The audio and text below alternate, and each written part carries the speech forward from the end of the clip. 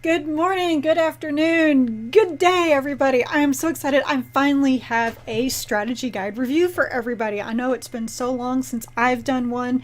Chris has been kind of keeping me afloat this year. 2017's been absolutely nuts. I don't even know what to say. But yes, but here I am with the strategy guide review for my very first Switch playing game, Splatoon 2. Yes, I own Zelda. No, I have not played it. But thanks to Prima giving me this strategy guide, I was a little more motivated to actually get out and play Splatoon 2. So I finally found time to do it. And so here we go. So I have a lot of good things to say about the guide. As you can see, it's not very thick. That's because there's not much to the game. It's nothing to do with the guide itself. And the game's bigger focus is on the multiplayer, not the single player campaign. And the single player campaign is kind of lengthy, but it's also short at the same time. And what I mean by that is like there's 27 levels, and the levels can take anywhere between, depending on how good you are, how fast you are, between 5 minutes and 20 minutes. So that's what I mean. So it's like the layout is not that complicated for the levels, but at the same time it can take you some time to solve some puzzles, or you're gonna be a completionist. So that's why it's not very thick. So with that said, do I play the multiplayer? No, that's not my bag. Never has been.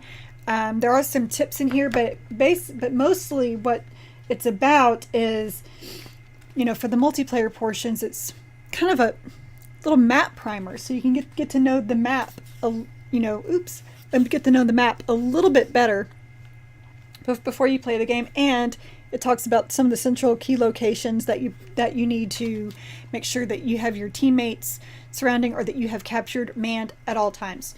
So, I mean, obviously it's going to be a little different when you get in there, but there's some nice little map tips. Oh, and it also gives you, the recommended weapons and some tips for the various modes on each map.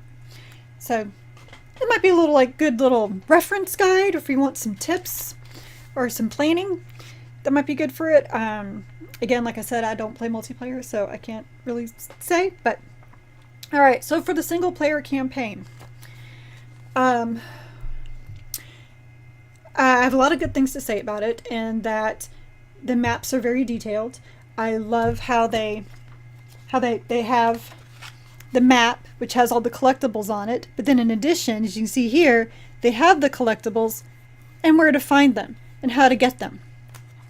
So that if you look at the map, you're like, well, I know it's supposed to be like right, here, but I don't understand, right here, but I don't understand how to get there. You just read that, and it explains to you exactly how to do it, because there were some that were so hidden and you could see it like on the map that they gave you, but at the same time it was like, well, I don't see exactly where to go, because sometimes it might be on the other side, it might be underneath that you really can't see unless you get at the right angle. So it was really, really good for that. Boss fight tips, fairly solid. One thing I really do like about it is that the boss fights, it does give you recommendations for weapon upgrades, because for most of the boss fights, the first time you play, you have to use a specific weapon. And so for example, not the first boss fight, but the second boss fight, you have to use the wall roller, which is great. I love that roller, but at the same time, it tells you that, remember, this thing uses a lot of ink. So before you even go into this boss fight, do at least one ink tank upgrade. And that was some pretty solid advice, because I was running all around the place, sloshing down my paint and trying to hide in it at the same time. And I also got a really good tip for which bomb upgrades you should get to kind of help you survive with that particular boss fight. So, I mean, for that, I'd say but just pretty much all you need, right? You just want some help getting some strategies through, especially some of the levels that are super complicated with their puzzle solving, and the collectibles, and some boss fight strategies. So for that, it does very well. If I had really any complaints about it at all, it's that I wish that it would give tips on what weapons are best to take into a level after you've already beaten it, if you want to go for a certain time, or look for certain collectibles, or what upgrades you should have before a level, because it doesn't really go into that. And I think it's mainly because a lot of the levels, the game requires you to use a certain weapon. Not every single time, but sometimes. But at the same time, it'd be nice, like, it's like, okay, but what tank upgrade should I have? What bombs should I already have before I go in? I know I can't change my weapon, but do I really need that second tank upgrade, or am I fine with the one that I have? Are these bombs good, or do I need to upgrade to another set of bombs? Just little things like that that I kind of wish it had. That's being nitpicky to the extreme. So, I mean, did it help me out? Absolutely.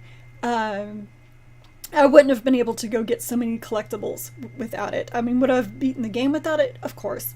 It's not that big of a deal in the long run, but the collectibles was key. And there's some strategies in here that made some boss fights like so much easier. Like when I had trouble with one, like, okay, what do they say? And I would look into it like, oh, okay, so I should do this upgrade. I should bring this bomb in with me. Things like that were very, very helpful. So with that, for Splatoon 2 guide, I give it a 4.5 out of 5. Oh, yay. Oh, hey, my dog's barking. So, I mean, if you were looking at Splatoon 2 and you just want some help finding collectibles or whatever, I think this is a great guide to add to your collection. You know, it doesn't take up much space. There's that. So, with that, I shall conclude this strategy guide review for Splatoon 2, which is written by David Knight and Doug Walsh. Doug Walsh is such a veteran to this industry, so you know it's going to be good just because of him. Man, now I'm rambling. It's time for me to go. So thank you guys so much for watching. Thank you all for being so patient with us. We have so many guides that are coming out in this fall. We cannot wait to get to them. In the meantime, have a good day.